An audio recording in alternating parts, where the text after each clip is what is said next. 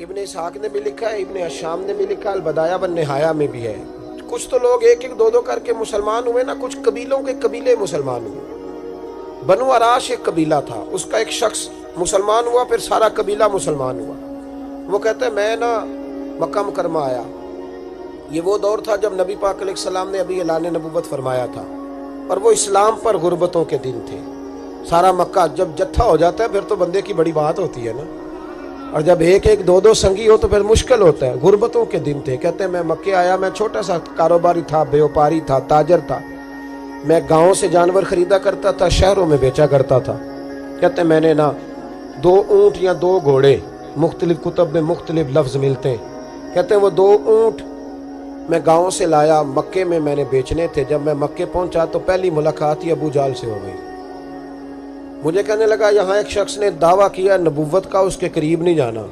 کہتے ہیں میں نے کہا یار مجھے تو پتہ بھی نہیں تھا, یہ تو تعارف تم نے کرایا ہے. تو کہنے لگے ان کے قریب نہیں جانا. کہتے ہیں میں بڑا کم دائیں بائیں تو آتا تھا, مکے میرا کم آنا جانا رہتا تھا, قریب نہیں جانا. میں نے کہا چلو نہیں جاتے. کہتے ہیں اسے اونٹ پسند آ گئے, اس نے خرید لیے. میں نے کہا پیسے؟ تو کہنے لگا کل دے دوں گا.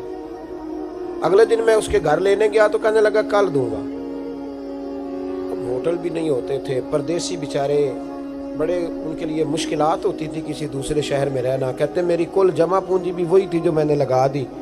تیسرے دن میں گیا تو میں نے کہا یار میرے پیسے دے, میں غریب آدمی ہوں اور میرے تو بچے انتظار کر رہے ہیں اور میں سڑک پہ سو کے وقت گزارتا ہوں, میرے پیسے دے میں جاؤں. کہتے میں نے دبا کے بات کی تو ابو جہل کہنے لگا جا دوڑ جا, جہاں سے ملتے ہیں لے لے. کہتے پردیس تھا, انشاءاللہ پردیسی کوئی بھی نہ تھی, ککھ جنا تو پارے. کہتے ہیں کہ میں پریشان ہو گیا کہ یہ کہتا جا دوڑ جا. میں کانپنے لگا. میں نے لوگوں سے پوچھا چودھری کہاں بیٹھتے ہیں, سردار کہاں؟ انہوں نے کہا حرم مکہ میں جو ٹولیاں بنا کے بیٹھے ہیں وہ ہمارے سردار ہی ہیں. کہتے ہیں میں وہاں پہنچا, عتبہ, عتیبہ, شیبہ, اخنس بن شریح, ابو سفیان سب بیٹھے تھے. میں قریب گیا, میں نے کہا مکے کے سرداروں میں تمہارے شہر میں لٹ گیا, میرے لیے مشکل بن گئی. کہا کیا ہوا؟ کہنے لگے ایک آدمی نے مجھ سے 2 اونٹ خرید لیے, وہ میری کل کمائی تھی, پہلے تو آج کل کرتا رہا, اب کہتا ہے جا دوڑ جا, کچھ نہیں ہے, میری مدد کرو. کہتے ہیں عتبہ بولا. کہنے لگا کس کی طاقت ہے ہمارے ہوتے ہوئے تیرے پیسے دبا جائے؟ کہتے ہیں جب اس نے یہ کہا تو میرے اندر امید کی کرن چمکی کہ میرے مل جائیں گے. کہتے کون ہے بتا؟ میں نے کہا کہ ابو جہل. کہتے اس نے ساتھ ہی نا گردن جھکا لی. کہنے لگا اوہو وہ تو بہت بڑا گنڈا ہے, تو کہاں الجھ گیا؟ وہ تو پیسے نہیں ملتے. کہتے ہیں اب تو میرے پاؤں تلے زمین نکل گئی. یہ تاجر نا جب ڈوبتا ہے تو خودکشی کرتا ہے معاذ. اس لیے کہ جب کسی انسان کی کل پونجی, ایک تاجر کے ساتھ بہت سارے لوگ وابستہ ہوتے ہیں, یہ دولت کی محبت نہ سمجھیں, اس کو بہت بڑا الجھاؤ ہوتا ہے. اور ہمارے ہاں جب لوگ عروج پہ ہوتے ہیں تو سجن بھی بڑے ہوتے ہیں, اور جب انسان ڈوبنے لگتا ہے تو اس کا ہاتھ بھی کوئی نہیں تھامتا. ساری عمر یہ آٹا گد ہے, لکھاں کیتے نہیں پیڑے, وقت آیا ہی تے محمد بخشا, کوئی نہیں ہو بیٹھا لیڑے. آپ کو پتہ ہے کوئی قریب بھی نہیں آتا غربت کے دنوں میں. کہتے ہیں میں کانپنے لگا, اب میں کیا کروں گا, میری بیٹیاں میرے بچے تو روئیں گے. ادھر دیکھنا میری طرف. کہتے ہیں سامنے نا بیت اللہ شریف کے ساتھ ٹیک لگا کے آمنہ کے لال بیٹھے تھے, سادہ سا لباس, سادہ سا. حضور نہ کوئی تسبیح پڑھ رہے تھے. عتبہ نے معاذ اللہ ثم معاذ اللہ, نقل کفر نہ باشد, پھبتی کسی مذاق کیا. کہنے لگا وہ جو بیٹھے نا وہ تیرا مسئلہ حل کر سکتے وہ. کہتے اس نے یہ کہا اور باقی ہنسنے لگے. مجھے سمجھ نہ آئی کہ بھیجتے بھی ہیں اور ہنستے بھی ہیں. انہوں نے تو معاذ اللہ مذاق کیا نا کہ آج کل تو بڑا سارا مکہ مخالف ہے, تو وہ کیسے جائیں گے, اور ابو جہل سب سے بڑا مخالف ہے. کہتے میں نا آہستہ آہستہ قریب گیا حضور کے. غریب آدمی ڈرتا ہے نا بیچارہ, وزیروں سے بھی پیروں سے بھی کامتا رہتا ہے. کہتے میں آہستہ آہستہ قریب گیا اور پیچھے جا کے بیٹھ گیا. میرا دل تھا کہ وہ فارغ ہو کے میری طرف دیکھیں گے, تب میں ڈر رہا تھا, سہم رہا تھا.